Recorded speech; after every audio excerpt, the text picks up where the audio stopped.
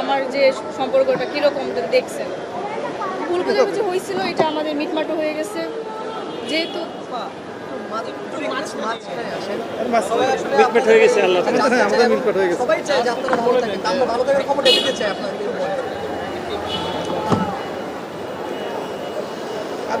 বেশি প্রশ্ন করতে পারে, আমাদের নিষ্পত্তি হয়ে গেছে, সমাধান হয়ে গেছে।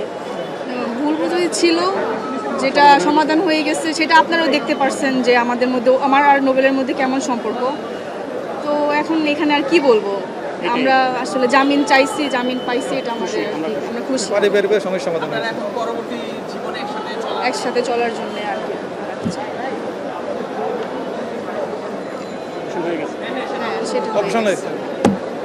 ধন্যবাদ সবাইকে, ধন্যবাদ।